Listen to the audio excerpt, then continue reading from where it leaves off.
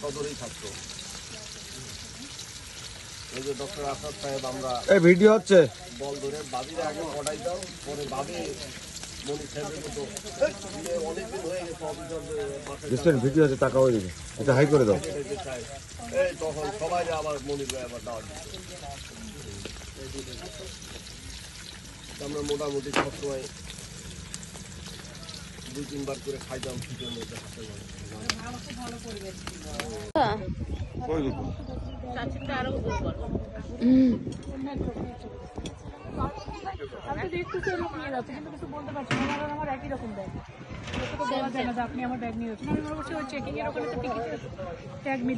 দেখি দুলা ভাই ওখানে কেউ ছিল না, উনি নিয়ে চলে গেছে।